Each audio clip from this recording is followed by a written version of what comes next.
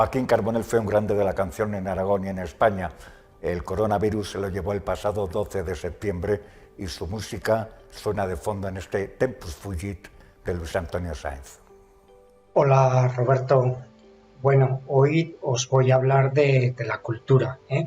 Pensaba hablar de otro tema, pero como veréis ha sucedido algo reciente que al final me ha inclinado a que lo haga de este tema tan interesante como difícil, ¿no? Porque la cultura tiene muchas definiciones, muchos enfoques, a veces es una palabra que se emplea para tanto que parece que pierde su sentido, ¿no? Y esto pasa también un poco cuando queremos saber de su importancia, de algo que es tan etéreo, tan intangible, pues bueno, hacemos un poquito lo del chiste. Lo intentamos buscar la llave donde está el foco y aquí de nuevo pues las estadísticas, y España tiene una cuenta satélite de cultura que ha sido pionera, las estadísticas españolas son muy buenas y sirven de inspiración a lo que es la agencia que coordina estos datos a escala internacional, que busca una sistemática equivalente entre todos, que fíjate es la UNCTAD, que es la Agencia de las Naciones Unidas para el Comercio y el Desarrollo, no es la UNESCO, que es la que habla de cultura y comercio.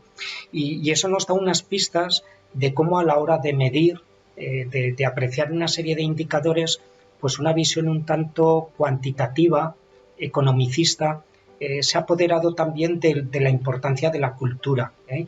Y qué duda cabe que hablar del empleo que genera, de su capacidad de arrastre sobre sectores como el turismo, de cómo es un elemento que sin duda hay aspectos que se pueden medir, pero nos dejaríamos tal vez lo importante. ¿Dónde está la clave, la llave del asunto? No es en esa medida económica, sino que la cultura, un poquito como cuando nuestros padres nos decían esto es importante porque sí, y creíamos que era un gesto autoritario y no, había detrás un fondo, una razón. Hay muchas cosas que son importantes por su valor intrínseco. No hay que buscarles como hacemos hoy en día en un enfoque excesivamente utilitarista de esto es bueno porque sirve para tal cosa, ¿no? Dar besos es bueno porque aumenta tu capacidad pulmonar o porque te alarga la vida 3 años. Pues no, tú das un abrazo, un beso porque sí, se agota el motivo que ya es suficientemente importante. Y lo mismo nos pasa con la cultura, ¿eh? La cultura es relevante en sí misma, ayuda a la gente a pensar más, a pensar mejor, a descubrir cosas inéditas, a tener emociones. Normalmente se declina en plural. No solo está la parte creativa del pintor, del actor, del escritor, del arquitecto, sino que exige también una formación y que se recree por la parte del espectador, de la audiencia, del público. No me gusta nunca la palabra consumir cultura, porque no, porque tú eres proactivo, eres parte de algo y normalmente hay una parte colectiva de la misma, ¿no? Bueno, pues esto es muy importante y además genera muchos efectos sobre otras cosas, ¿no? Al final la cultura es tal vez el ladrillo o la inversión del capital humano, del conocimiento, del capital social, de la confianza, del compromiso, del capital relacional, de los vínculos con otros, del intercambio, del propio capital cultural. Entonces es una semilla de muchos frutos. Bien, todo esto que he dicho hasta aquí, pues se lo podría vender, si tiene ese mal gusto, pues al concejal de cultura de una ciudad, ¿no? Este argumento, porque las cosas más o menos universales valen para todo, ¿no? Lo que he dicho serviría para una cabecera de comarca, para un pueblecito enano o para un área metropolitana. Y no digo nada nuevo, está todo por ahí dicho. ¿Cuáles son las ventajas que en cambio no reparamos tanto que tenemos mucho más grandes en los pueblos pequeños, en las pequeñas comunidades? Pues bueno, que a la hora de armar un proyecto cultural y convertirlo en realidad, pues el medio rural ofrece esto que se llama ahora un ecosistema, una atmósfera proclive a colaborar, a imaginar, a hacer muy fácil, ¿eh? Yo les digo a mis alumnos, bueno, y alguno me lo ha contado, lo fácil que ha sido en su pueblo pequeño, muy pequeño, montar un festival de música, ¿no? O cómo vemos que a veces entre diferentes pueblos pues surge una compañía de teatro o un taller, estos concursos de pintura rápida que surgen por ahí. Bueno, cómo la cultura sin necesidad de ese modelo Guggenheim, que a veces caemos también de querer replicar en los pequeños pueblos, y sin necesidad de disneylandizarlos, de musealizarlos, sino yendo a esa parte participativa, inteligente, sentimental, que tiene la cultura, pues en los pueblos tenemos unas economías que son de desescala. Tener menor tamaño nos hace tirar otra vez de esa frase que os digo tanto de lo pequeño es hermoso de Schumacher, ¿no? Y además es que haciendo estas cosas uno se lo pasa bien. Cuando uno ha formado parte de la comisión de fiestas, que también tiene esta faceta, o de una asociación cultural, uno ve la cantidad de cosas que se generan también en el camino, ¿no? Descubrimos también la importancia del proceso frente a un tipo de sociedad que solo nos vende productos finales, comodificados, cosificados, ¿no?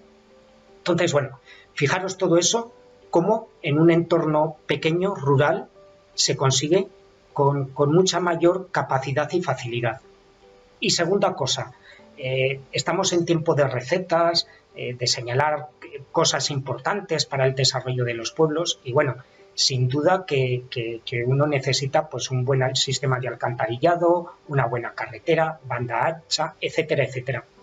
Pero lo que hace diferente un pueblo de estos que se dice que no pasa nada, que está letargado, que la gente allí cuesta que vaya, que no quieren ir tus hijos, que no sabes cuándo llevas a tus amigos y no es a base de inflarlos con una buena merienda cómo hacerlo atractivo. Cuando tú en cambio les llevas a tu pueblo y hay una recreación histórica, o hay una obra de teatro, o hay un buen centro de interpretación, o muestras como los críos allí desde la bibliotecaria engarzan con la maestra y llevan a cabo una serie de actividades, o han recuperado los mayos que hacía décadas que no se cantaban. Bueno, todo este tipo de cosas hace que un pueblo vuelva a ser vivo, vuelva a tener ganas de llegar allí gente de diferentes maneras, unos para estarse más, otros para estarse menos, pero es un pueblo atractivo, resultón, ¿eh?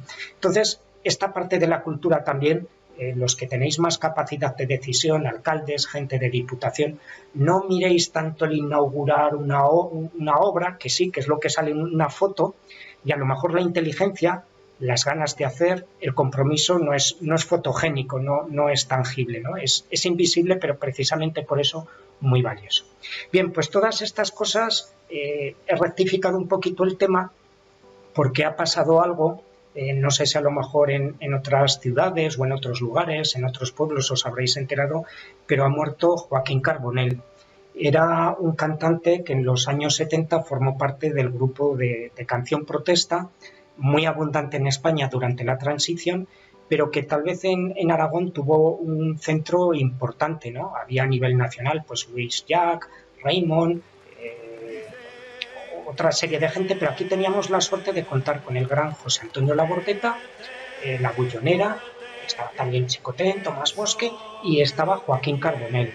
Pues bueno, Joaquín Carbonell había celebrado en diciembre de 2019 sus 50 años en activo con un concierto que se pegó 3 horas cantando, estaba en plena forma, contando 72 años.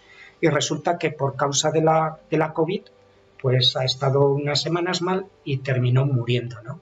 Entonces, bueno, yo quería de alguna manera pues recordarlo, porque para quienes aquellos años éramos adolescentes y de alguna manera un punto de los de convertirte adulto a mitad de los 70, pues era la atención a la política, ¿no? Y de las formas de interpretar, de entender, de participar en aquel mundo, pues era asistiendo a los recitales donde te abrazabas a otro, donde coreabas unas canciones y también cuando en tu cuarto pues escuchabas discos. Yo, como mi hermano me llevaba muchos años, muchos discos, pues tuve la suerte de encontrar desde el principio este precioso disco, la portada de Natalio Bayo, y además que se editaban entonces muy bien los discos, se contaba las letras. Hay un artículo una glosa del gran Labordeta sobre la tontería y la política que, 40 y tantos años después sigue teniendo vigencia. Bueno, pues este disco, que fue su primer disco importante, es precioso, es tremendo. Aquella canción protesta pues nos mostraría cuál es de aquel, porque él era de Ayoza, de un pueblecito pequeño de Teruel, y bueno, nos cuenta muy bien aquel mundo rural, qué cosas, qué retos siguen existiendo, y a veces hay una lección, pues cuando canta La Paca del Cañizar, ahí hay un análisis feminista de la mujer ninguneada, secundaria, su canción Doña Peseta. Yo creo que a mí me recordaba siempre el poderoso caballero de Quevedo, ¿no? Porque hace un análisis también de lo que se consigue, de lo que no. Señor profesor, y no me sé la lección, pues hacía también una crítica de aquel modelo de desarrollismo que tenía muchos bucles, que tenía muchos puntos muertos, ¿no? Y también había oportunidad para la lírica y para lo romántico, ¿no? En Me gustaría darte el mar, pues la puedes leer en clave de, como él decía, de ofrecérsela a la gente del interior que nunca había visto el mar, o a aquella persona, aquella chica que en privado te gustaría hablarle del mar y de otras cosas, ¿no? Te daba argumento. Bueno, pues aparte de ese valor que yo creo que a veces podríamos recuperar de estos discos que tenemos abandonado, de aquellos folios, de aquellas pegatinas de partido, hay otra cosa que me ha sorprendido, una cosa un poco como un epílogo, como un legado póstumo de Carbonell. Y ha sido que leyendo las necrológicas que han surgido, la verdad, lo he visto en periódicos de referencia nacional como La Vanguardia, El Diario, .es, el País, pues artículos interesantes y algunos de carácter personal de gente que la conocía, entrevistas, ¿no? También aquí en El Heraldo, en el periódico. Pero sin duda la que más me ha parecido más emocionante y mejor hecha ha sido la de Federico Jiménez Los Santos, desde su Libertad Digital, y todos sabemos en qué tipo de ideología y qué tipo de dialéctica gasta esta persona, ¿no? Pero lo bueno era que a alguien que seguramente han estado en las antípodas ideológicas le dedicaba un cariño y una emotividad muy grande, y esto también le explica la cultura en el sentido que lo he contado antes. Hubo un grupo a finales de los años 60 en el Colegio Mayor San Pablo en Teruel, se llama la Generación Paulina, que gracias a contar con dos grandes profesores, uno de literatura, otro de historia, uno era José Antonio Labordeta, otro era Eloy Fernández, que ponían a disposición de sus alumnos sus bibliotecas, sus casas, tomaban café, alternaban, pero formaban también un grupo de teatro que se quedó finalista de todo España, Teruel, casi lo ganan, y bueno, y hacían recitales, hacían cineclub, vivificaban la vida de una provincia pues tan lánguida, de una capital de provincia tan gris como Teruel, y en aquel grupo nos encontramos con personas que luego pues está Tena el pintor, está Pizarro, el que ha tenido esa trayectoria empresarial en Entesa, Ibercaja, en la Bolsa de Madrid, en el Partido Popular, Jaime Caruana, que fue gobernador de España cuando entramos en el euro y ha sido subdirector del Fondo Monetario Internacional, el propio Joaquín Carbonell, Carmen Magallón, que ha sido del Seminario de Investigaciones por la Paz, que también hizo pues un recordatorio muy, muy emocionante.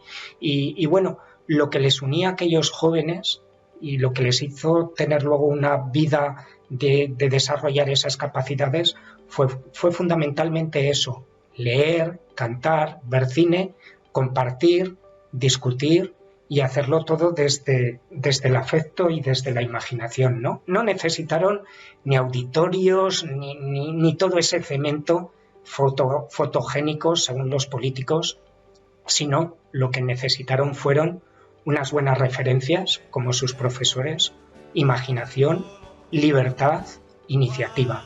Entonces eso, demos una oportunidad a la cultura y eso, escuchad algo del gran Joaquín Carbonell, Me gustaría darte el mar o La Peseta. Venga, hasta luego.